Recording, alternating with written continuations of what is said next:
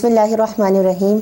جیسا کہ میں نے اپنی پہلی کلپ میں بتایا کہ آقا علیہ الصلوۃ والسلام سب سے بڑی اللہ رب العزت کی نعمت عظمیٰ ہے کہ اور اللہ رب العزت کا احسان ہے کہ اس نے امت محمدیہ صلی اللہ علیہ وآلہ وسلم پر اپنا حبیب بھیجا۔ آئیے اب میں بتاتی ہوں کہ نعمت عظمیٰ در حقیقت ہے کیا۔ جب قرآن پاک میں سورہ آل عمران میں اللہ رب العزت نے ارشاد فرمایا لقد من اللہ علی المؤمنین اذ بعث فیہم رسولا، تو یہ جو لفظ من اللہ ہے اس میں لفظ مننا اتنا خاص ہے کہ اللہ رب العزت نے قرآن پاک میں جب یہ ارشاد فرمایا تو دوسری کسی اور نعمت کے لیے لفظ مننا استعمال نہیں ہوا، صرف آقا علیہ الصلوۃ والسلام نعمتوں میں سب سے بڑی نعمت ہیں، تو اس لیے یہ لفظ مننا کا استعمال کیا گیا ہے۔ اور جب بھی کوئی خاص نعمت کا ذکر ہوتا ہے تو لفظ مننا کا ذکر کیا جاتا ہے۔ تو سرکار دو عالم صلی اللہ علیہ وآلہ وسلم نعمتوں میں سب سے بڑی نعمت ہیں، تو اسی نعمت کو خاص کر کے رب نے بیان فرما دیا کہ لقد من اللہ علی المؤمنین اذ بعث فیہم رسولا،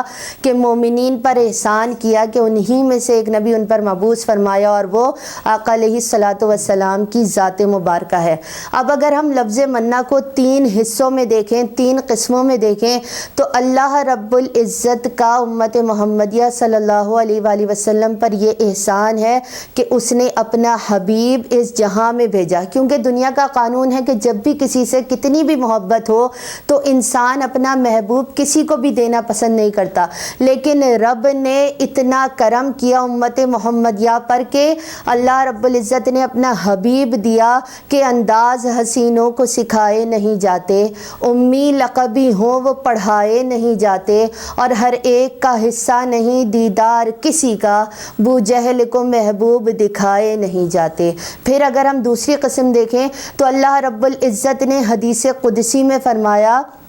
لولا کلمہ خلقت الافلاک، کہ قسم ہے مجھے اپنی عزت و جلال کی کہ اے حبیب اگر آپ کو پیدا کرنا منظور نہ ہوتا تو یہ جہاں بھی پیدا نہ فرماتا، کہ ہے جہاں میں جن کی چمک دمک ہے، جہاں میں جن کی چمک دمک ہے، چمن میں جن کی چہل پہل، وہی ایک مدینہ کے چاند ہیں، سب انہی کے دم کی بہار ہے۔ اور یہی لفظ مننا کی اگر ہم تیسری قسم کو دیکھیں تو دنیا کا ہر رشتہ فانی ہے، ہر تعلق فانی ہے، کہ جب انسان کی آنکھ بند ہوتی ہے تو کتنی بھی محبت کرنے والا کوئی بھی شخص ہو وہ زمین کے سپرد کر کے آ جاتا ہے۔ اگر ہمیں دنیا میں اپنی ماں سے محبت ہو، باپ سے ہو، بہن بھائیوں سے ہو، ماموں سے ہو، چچا سے، تایا سے، لیکن زندہ رہ جانے والا شخص قبر میں جانے والے شخص کے ساتھ نہیں جاتا۔ لیکن آقا علیہ الصلوۃ والسلام کی ذات مبارکہ وہ ذات پاک ہے کہ آقا علیہ الصلوۃ والسلام اپنے امتیوں کے ساتھ نزا میں بھی، قبر میں بھی، حشر میں بھی، حوض کوثر پر بھی، ہر جگہ اپنے امتیوں کے ساتھ ہیں